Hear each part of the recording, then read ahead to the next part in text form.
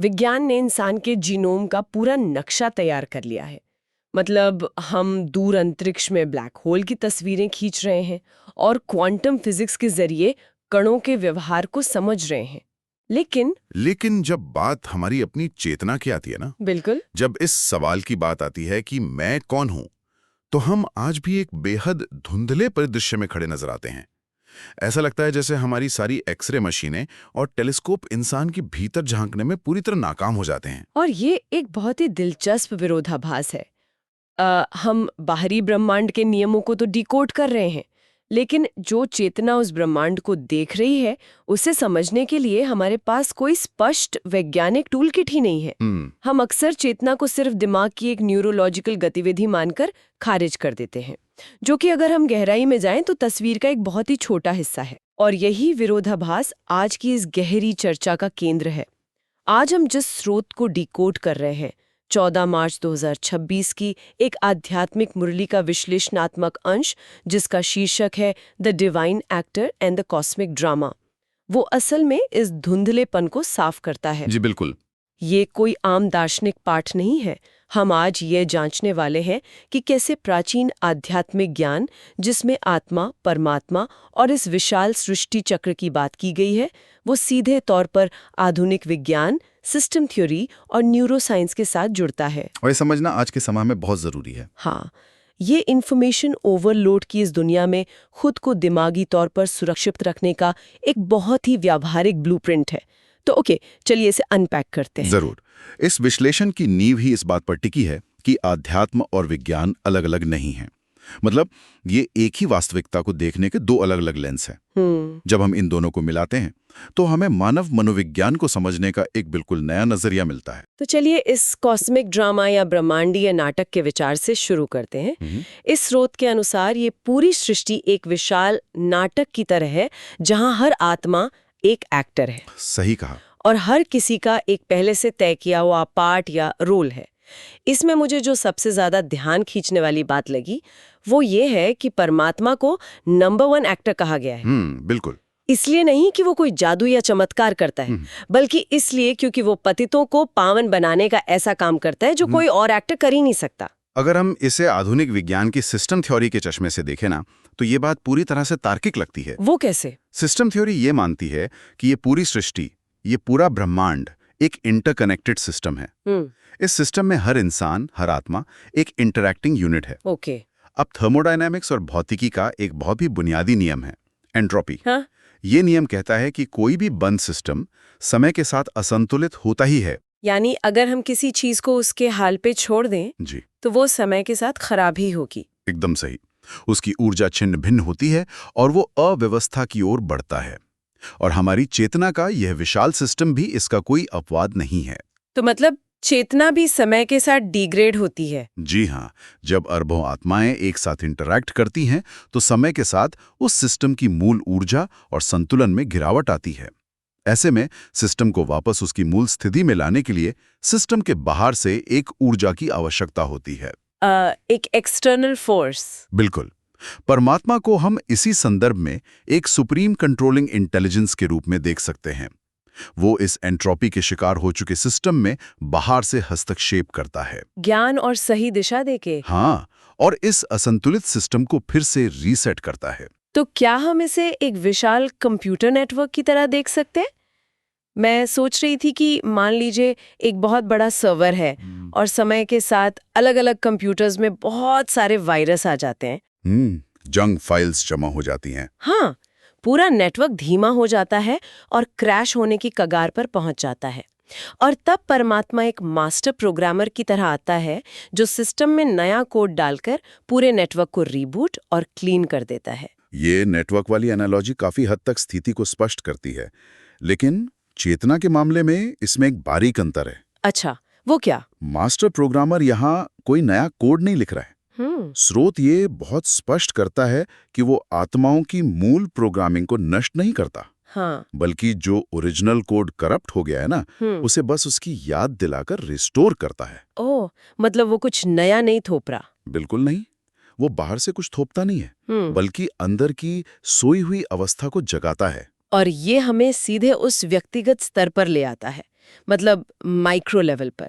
अगर पूरा ब्रह्मांड एक सिस्टम है और हम उसकी यूनिट्स हैं, तो उस मूल प्रोग्रामिंग के अनुसार हमारी असली पहचान क्या है? यही सबसे बड़ा सवाल है। जैसे हम हेलो या नमस्ते कहते हैं। हाँ, लोग इसे बस एक फॉर्मेलिटी की तरह इस्तेमाल करते हैं।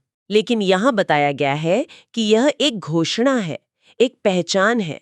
मैं आत्मा हूँ और मेरा स्वधर्म, मेरी मूल प्रकृति शांति है। और ये बहुत ही शक्तिशाली विचार है। आत्मा का मूल स्वभाव सिर्फ शांति ही नहीं, बल्कि पवित्रता, प्रेम और आनंद भी बताया गया है। जब कोई व्यक्ति बार बार ओम शांति के अर्थ को समझकर खुद को उस शांत चेतना से जोड़ता है, जिसे आध्यात्मिक भाषा में देही अभिमान कहते हैं, तो इसके हमारे शरीर पर बहुत ही स्पष्ट और मापने योग्य प्रभाव पड़ते हैं। यानी न्यूरोसाइंस भी इसे मानता है? बिल्कुल, न्यूरोसाइंस अब इस बात की पुष्टि कर रहा है कि हम अपनी पहचान को किस तरह परिभाषित करते हैं, उसका सीधा असर हमारे मस्तिष्क की भौतिक संरचना पर पड़ता है। यहाँ पर बात सच में बहुत दिलचस्प हो जाती है। न्यूरोसाइंस के नजरिए से ये स्वधर्म की पहचान असल में काम कैसे करती है? मैं समझाता हूँ। हमारे मस्तिष्क में एक हिस्सा होता है जिसे एमिग्डाला कहते हैं, जो हमारे सर्वाइवल इंस्टिंक्ट को कंट्रोल करता है। हाँ, वही। यह हमारे डर, तनाव और फाइट और फ्लाइट रिस्पॉन्स को नियंत्रित करता है।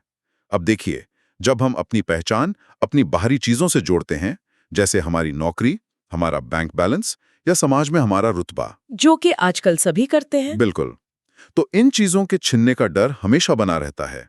इससे एमिग्डाला लगातार सक्रिय रहता है और शरीर में कॉर्टिसोल नाम का स्ट्रेस हार्मोन रिलीज करता रहता है। यानी हम हमेशा एक खतरे वाले मोड में रहते हैं। जी, लेकिन जब व्यक्ति सचेत रूप से यह अभ्यास करता है कि मैं यह शरीर या यह पद नहीं हूं, मैं एक शांत आत्मा हूं, तो एमिग्डाला को मिलने वाले खतरे के सिग्नल बंद हो जाते हैं। यानी हम एमिग्डाला को ट्रिगर करने वाले ईंधन को ही खत्म कर रहे हैं। जी हाँ, और जैसे ही एमिग्डाला शांत होता है, मस्तिष्क का प्रीफ्रंटल कॉर्टेक्स सक्रिय हो जाता है। ये लॉजिक और डिसीजन मेकिंग वाला हिस्सा है ना? बिल्कुल, ये तार्किक सोच, गहरी समझ और भावनात्मक स्थिरता के लिए जिम्मेदार है। मनोविज्ञानी की भाषा में इसे विटनेस कॉन्शियसनेस या साक्षी चेतना कहा जाता है। मतलब आप चीजों को दूर से देख पाते हैं। हाँ, आप अपनी ही भावनाओं, विचारों और बाहरी परिस्थितियों को एक तटस्थ दर्शक की तरह देखने लगते हैं। लेकिन यहाँ मुझे थोड़ा क्रिटिकल होना पड़ेगा। जी, पूछिए। क्या ये साक्षी चेतना असल में समस्याओं से भागने का एक तरीका नहीं है, जिसे मनोविज्ञान में डिसोसिएशन कहते हैं? अगर मैं खुद को सिर्फ एक दर्शक मान लूं, तो क्या मैं अपने परिवार या अपने काम की जिम्मेदारियों के प्रति उदासीन नहीं हो जाऊंगी? ये एक बहुत ही वाजिब सवाल है और यहीं पर सबसे बड़ी गलतफहमी होती है। देखिए, डिसोसिएशन एक ट्रॉमा रिस्पॉन्स है। अच्छा, जहां आपका दिमाग दर्द से बचने के लिए खुद को सुन्न कर लेता है, उसमें व्यक्ति वास्तविकता से कट जाता है। तो साक्षी चेतना उससे अलग कैसे है? इसके विपरीत साक्षी चेतना एक अत्यधिक सक्रिय और फोकस वाली अवस्था है। जब आप साक्षी भाव में होते हैं, तो आप अपनी भावनाओं के गुलाम नहीं होते। मान लीजिए आप एक डॉक्टर हैं और आपके सामने एक गंभीर मरीज है। अगर डॉक्टर मरीज का दर्द देखकर खुद रोने लगे या घबरा जाए, तो क्या वो इलाज कर पाएगा? बिल्कुल नहीं। उसे सहानुभूति रखते हुए भी मानसिक रूप से एक दूरी बनानी होती है, ताकि उसका प्रीफ्रंटल कॉर्टेक्स सही निर्णय ले सके। देही अभिमान यही काम करता है। ये आपको उदासीन नहीं बनाता, बल्कि आपकी इमोशनल इंटेलिजेंस को उच्चतम स्तर पर ले जाता है। ओह, ये फर्क समझना बहुत जरूरी था। ये ऐसा है जैसे हम अपने दिमाग को सर्वाइवल मोड से निकालकर एक एग्जीक्यूटिव मोड में स्विच कर रहे हैं। बहुत सही तुलना की आपने। लेकिन अगर हमारी मूल पहचान इतनी शांत, इतनी पवित्र और शक्तिशाली है और हमारा दिमाग इस एग्जीक्यूटिव मोड में रहने के लिए ही डिजाइन किया गया है, तो इतिहास गवाह है कि दुनिया में इतनी उथल-पुथल, इतने युद्ध और इतना भ्रष्टाचार क्यों है? अगर सिस्टम की मूल कोडिंग शांति की थी, तो ये पूरी दुनिया इस एंट्रोपी या पतन का शिकार कैसे हो गई? इस सवाल का जवाब स्रोत के अगले हिस्से में मिलता है, जहां सृष्टि की तुलना एक बहुत बड़े कल्प वृक्ष या ट्री ऑफ टाइम से की गई है। कल्प वृक्ष? हाँ, इसमें बताया गया है कि परमात्मा इस वृक्ष की जड़ है, आदि सनातन धर्म इसका तना है और समय के साथ जो अन्य धर्म आए वे इसकी शाखाएं हैं। ओके। जैसे जैसे समय बीतता है, वृक्ष बड़ा होता है, नई शाखाएं निकलती हैं, लेकिन पुराना हिस्सा अपनी ताकत खोने लगता है। दुनिया धीरे धीरे सतोप्रधान यानी शुद्ध अवस्था से तमोप्रधान अवस्था की ओर बढ़ती है। तमोप्रधान मतलब अशुद्ध और ऊर्जाहीन अवस्था। बिल्कुल। अगर हम इसे जीव विज्ञान या इतिहास के नजरिए से देखें, तो ये एवोल्यूशनरी ट्री मॉडल जैसा लगता है। एक मूल स्रोत से विभिन्न प्रजातियां विकसित होती हैं। हाँ, एकदम वैसे ही है। और इतिहास भी हमें यही दिखाता है कि हर महान सभ्यता, चाहे वो रोमन साम्राज्य हो या कोई और, एक शिखर तक पहुंचती है और फिर नैतिकता और संतुलन की कमी के कारण पतन की ओर जाने लगती है। सही कहा। लेकिन क्या ये पतन पूरी तरह से अपरिहार्य है? मेरा मतलब इनएविटेबल है। क्या चीजें समय के साथ खराब होंगी ही? इंसान के पास तो बुद्धि है, तो क्या मानवीय चेतना ने इस पतन को रोकने की कोशिश नहीं की? इंसानी चेतना ने निश्चित रूप से कोशिश की, और यही कारण है कि इतिहास में इतने सारे दर्शन, कानून और सामाजिक सुधार हुए। लेकिन क्या? या थर्मोडायनेमिक्स की एंट्रोपी का नियम चेतना पर भी लागू होता है। जब एक बार आत्मा अपनी मूल स्वधर्म की पहचान भूल जाती है ना, तो उसके हर समाधान में एक नया विकार छिपा होता है। आप इसे एक पुरानी होती कार की तरह देख सकते हैं। अच्छा, मतलब कार का इंजन शुरुआत में बहुत स्मूथ चलता है, बिल्कुल। लेकिन फिर पुर्जे घिसते हैं, तेल गंदा होता है और आखिर में वो खटारा हो जाती है। उसे सर्विसिंग की जरूरत पड़ती है। बिल्कुल। लेकिन कार के पुर्जों का घिसना एक भौतिक प्रक्रिया है। मानवीय चेतना में ये घर्षण या फ्रिक्शन क्यों पैदा होता है, इसे समझना ज्यादा जरूरी है। तो ये फ्रिक्शन क्या है चेतना में? जब इंसान ये भूल जाता है कि वो एक आत्मा है और शरीर को ही अपना असली रूप मान लेता है, जिसे स्रोत में शरीर रूपी चोला कहा गया है, तब वो खुद को बाहरी दुनिया की चीजों से मापने लगता है। ये गलत पहचान ही वो फ्रिक्शन है जो चेतना की ऊर्जा को लगातार कम करता है। और स्रोत इस फ्रिक्शन को बहुत ही स्पष्ट नाम देता है, रावण। हाँ लेकिन यहाँ एक बहुत बड़ा पैराडाइम शिफ्ट है। जी। यहाँ रावण किसी 10 सिर वाले पौराणिक राक्षस का नाम नहीं है। बिल्कुल नहीं। ये एक मनोवैज्ञानिक प्रतीक है उन 5 विकारों का जो हमारी ऊर्जा सोख रहे हैं: काम, क्रोध, लोभ, मोह और अहंकार। स्रोत कहता है कि ये विकार आत्मा की शक्ति को खत्म कर देते हैं और उसे कौड़ी जैसा बना देते हैं। और आधुनिक मनोविज्ञान भी इन्हीं 5 विकारों को मानसिक अशांति, बर्नआउट और डिप्रेशन का मूल कारण मानता है। अच्छा। जी। लेकिन सबसे महत्वपूर्ण बात यह है कि ये 5 विकार अलग अलग नहीं हैं। ये एक चेन रिएक्शन या डोमिनो इफेक्ट की तरह काम करते हैं। डोमिनो इफेक्ट कैसे? इसकी शुरुआत होती है अहंकार यानी ईगो से। जब आप मानते हैं कि आप ये शरीर हैं, तो आपके अंदर एक खालीपन महसूस होता है, जिसे बाहरी चीजों से भरने की जरूरत महसूस होती है। और यहीं से काम या अनकंट्रोल्ड डिजायर पैदा होती है। बिल्कुल। आप बाहरी सुख, भौतिक वस्तुएं या दूसरों से वैलिडेशन प्राप्त करने की इच्छा करने लगते हैं। जब आपकी ये इच्छा पूरी नहीं होती या कोई इसमें बाधा डालता है, तो वो क्रोध में बदल जाती है। और अगर वो इच्छा पूरी हो जाए तो? अगर इच्छा पूरी हो जाए तो वो लोभ को जन्म देती है। आपको और ज्यादा चाहिए होता है। ये तो कभी ना खत्म होने वाला लूप है। हाँ, और जब आप उस चीज को हासिल कर लेते हैं, तो आपको उसके छिन जाने का डर सताने लगता है, जिसे मोह कहते हैं। ओह, अटैचमेंट। बिल्कुल। और अंत में जब आप उन हासिल की गई चीजों को अपनी पहचान बना लेते हैं, तो वो वापस एक बहुत बड़े अहंकार में बदल जाता है।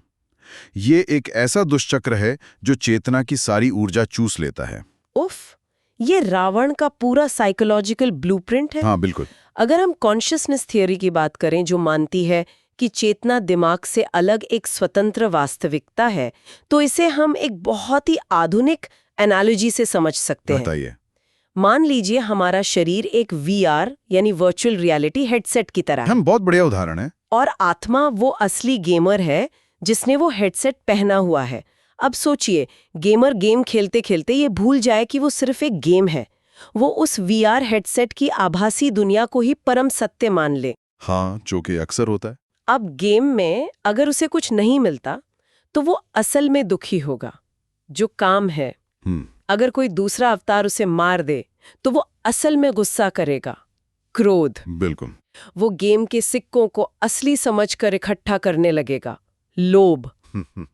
अपने वर्चुअल हथियारों से जुड़ जाएगा, मोह। और अपने गेमिंग अवतार की रैंक को अपनी असली कीमत मान लेगा, अहंकार। कमाल है। ये गेमर और VR हेडसेट का उदाहरण इस पूरी फिलॉसफी को एकदम सटीक तरीके से डिकोड करता है ना? जब तक गेमर को ये याद है कि वो गेम के बाहर सुरक्षित बैठा है, वो पूरी कुशलता से गेम खेल सकता है। लेकिन जैसे ही वो आभासी दुनिया में खोता है, वो अपना मानसिक नियंत्रण खो बैठता है। यही देह अभिमान है। तो अब हमारे सामने समस्या और उसका कारण दोनों पूरी तरह से स्पष्ट है। हम सब इस VR हेडसेट की दुनिया में बुरी तरह उलझ गए हैं, इस डोमिनो इफेक्ट में फंस गए हैं। जी। मेरा मतलब इसका व्यावहारिक और रोजमर्रा का तरीका क्या है? हम उस सुप्रीम इंटेलिजेंस से वापस कैसे जुड़ें ताकि हमारा सिस्टम रीसेट हो सके? स्रोत इसका बहुत ही स्पष्ट समाधान देता है, जिसे रूहानी योग या राजयोग कहा गया है। रूहानी योग? हाँ, यहाँ एक बुनियादी अंतर समझना जरूरी है। एक होता है जिस्मानी योग या शारीरिक ध्यान, जो हम आमतौर पर देखते हैं। हाँ, जो मुख्य रूप से श्वास, प्रकृति के तत्वों या शरीर के आसनों पर केंद्रित होता है। वो शारीरिक स्वास्थ्य के लिए बेहतरीन है, लेकिन वो चेतना की एंट्रोपी को रिवर्स नहीं कर सकता। ओके। दूसरी तरफ है रूहानी योग, जहां आत्मा सीधा उस सुप्रीम रूह यानी उस मास्टर प्रोग्रामर से मानसिक कनेक्शन बनाती है। लेकिन जब लोग योग या ध्यान शब्द सुनते हैं ना, तो दिमाग में छवि बनती है किसी शांत पहाड़ पर आंखें बंद करके बैठने की। बिल्कुल। कैसे संभव है? और यहीं पर राजयोग की सबसे बड़ी खूबी सामने आती है। श्रुत में एक बहुत ही गहरे सिद्धांत का जिक्र है, हथकार दे दिल यार दे। इसका क्या मतलब हुआ? इसका अर्थ है कि आपके हाथ काम में लगे रहें, लेकिन आपकी बुद्धि और आपका दिल उस सुप्रीम इंटेलिजेंस से जुड़ा रहें। आपको अपनी जिम्मेदारियां छोड़कर जंगल में जाने की जरूरत नहीं है।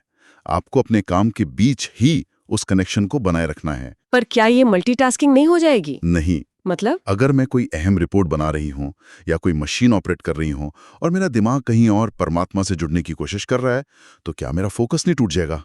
ये तो खतरनाक भी हो सकता है। ये एक बहुत ही आम संदेह है, लेकिन न्यूरोसाइंस की भाषा में इसे मल्टीटास्किंग नहीं कहते। अच्छा, मल्टीटास्किंग में दिमाग का अटेंशन दो अलग-अलग बाहरी कामों के बीच स्विच करता है, जिससे फोकस टूटता है। लेकिन यहाँ हम ड्यूअल अटेंशन स्टेट या दोहरी जागरूकता की बात कर रहे हैं। ये कैसे काम करता है? हमारे मस्तिष्क में एक डिफॉल्ट मोड नेटवर्क या DMN होता है। जब हम कोई काम नहीं कर रहे होते हैं, तो ये नेटवर्क चालू रहता है और अक्सर चिंताओं, पुरानी यादों या भविष्य के डर में उलझा रहता है। मतलब ओवरथिंकिंग करता है। बिल्कुल। जब आप राजयोग का अभ्यास करते हैं, तो आप इस DMN को एक शांत और उच्च ऊर्जा वाले स्रोत से जोड़ देते हैं। ओह, इसका मतलब है कि मैं बाहर का काम अपने टास्क पॉजिटिव नेटवर्क से कर रही हूँ, लेकिन मेरे अंदर का जो बैकग्राउंड नॉइज है, उसे मैंने शांत कर दिया है। ठीक कहा। ये उस बैकग्राउंड म्यूजिक की तरह है जिसे आप काम करते हुए सुनते हैं। जैसे फोकस म्यूजिक। हाँ, मान लीजिए आप किसी शोरगुल वाले कैफे में बैठकर लैपटॉप पर काम कर रहे हैं। बाहर बहुत शोर है, आप नॉइज कैंसलिंग हेडफोन्स लगाते हैं और एक शांत इंस्ट्रूमेंटल म्यूजिक प्ले कर देते हैं। बिल्कुल। वो म्यूजिक आपको आपके काम से डिस्ट्रैक्ट नहीं करता। इसके विपरीत वो बाहरी शोर को खत्म कर देता है और आपके फोकस को कई गुना बढ़ा देता है। रूहानी योग जीवन के इस शोरगुल में वही बैकग्राउंड एंकर है। ये एनालॉजी सब कुछ साफ कर देती है। जब वो बैकग्राउंड कनेक्शन लगातार बना रहता है, तो आप उस सुप्रीम सोर्स से ऊर्जा ले रहे होते हैं। जी। इससे मानसिक थकावट नहीं होती, डिसीजन मेकिंग बेहतर होती है और आप उन 5 विकारों के डोमिनो इफेक्ट में नहीं फंसते। एकदम सही समझा आपने। तो अगर हम आज की इस पूरी गहरी चर्चा के सार को समेटें, तो हमारे सामने जीवन जीने का एक बहुत ही स्पष्ट और तार्किक ब्लूप्रिंट निकल कर आता है। हाँ, और इस ब्लूप्रिंट के 4 मुख्य चरण हैं। सबसे पहला है आत्म पहचान। ये स्वीकार करना कि मैं इस VR हेडसेट के बाहर एक शांत चेतना हूँ। दूसरा है परमात्मा संबंध, उस सुप्रीम इंटेलिजेंस के साथ एक बैकग्राउंड कनेक्शन स्थापित करना। बिल्कुल। तीसरा है विकारों पर विजय। इस कनेक्शन के जरिए तनाव, एंग्जाइटी और रावण रूपी नकारात्मकता के दुष्चक्र को तोड़ना। और अंततः चौथा चरण है एक दैवी जीवन जीना, जहां आप दुनिया के सारे काम करते हुए भी अंदर से पूरी तरह संतुलित और ऊर्जावान रहते हैं। आज के इस इंफॉर्मेशन ओवरलोड के युग में अपनी मानसिक ऊर्जा को सुरक्षित रखने का इससे ज्यादा सटीक तरीका शायद ही कोई हो। हमने शुरुआत में कहा था कि इंसान के भीतर झांकने वाली एक्सरे मशीनें काम नहीं करती। जी। इस चर्चा से ये स्पष्ट होता है कि असली स्पष्टता किसी बाहरी मशीन से नहीं, बल्कि अपनी चेतना के सही सॉफ्टवेयर को रन करने से आती है। बिल्कुल सही बात है। लेकिन इस पूरे चर्चा को खत्म करने से पहले स्रोत के आधार पर मेरे दिमाग में एक बहुत ही गहरा सवाल आ रहा है। कैसा सवाल? जो मैं चाहूंगी कि इस चर्चा को सुनने वाले हर व्यक्ति के दिमाग में भी गूंजे। अगर कॉन्शियसनेस थियरी और आज के इस आध्यात्मिक विज्ञान के अनुसार हमारी चेतना यानी ये आत्मा इस शरीर रूपी हार्डवेयर या VR हेडसेट से पूरी तरह स्वतंत्र है, अगर मस्तिष्क सिर्फ एक प्रोसेसिंग टूल है, तो हमारे जीवन की वो सबसे गहरी यादें, हमारे अनुभव, हमारा असली मैं असल में कहाँ स्टोर हो रहा है। ये सोचने वाली बात है। क्या वो हमारे भौतिक दिमाग के न्यूरॉन्स में है जो शरीर के खत्म होने के साथ ही नष्ट हो जाएगा, या वो यादें और वो पहचान किसी ऐसी क्लाउड स्टोरेज में सेव हो रही है जिसे हमारे आधुनिक विज्ञान ने अभी तक खोजना शुरू ही नहीं किया है। बहुत गहरा विचार है ये। शायद हमारी असली पहचान को किसी लैब में कभी मापा ही नहीं जा सकता, क्योंकि वो उस लैब से कहीं ज्यादा विशाल है। इस विचारोत्तेजक सवाल के साथ हम आज की ये गहरी चर्चा यहीं समाप्त करते हैं। जी। हमारे साथ इस कॉस्मिक ड्रामा के रहस्यों को डिकोड करने के लिए आपका बहुत बहुत धन्यवाद।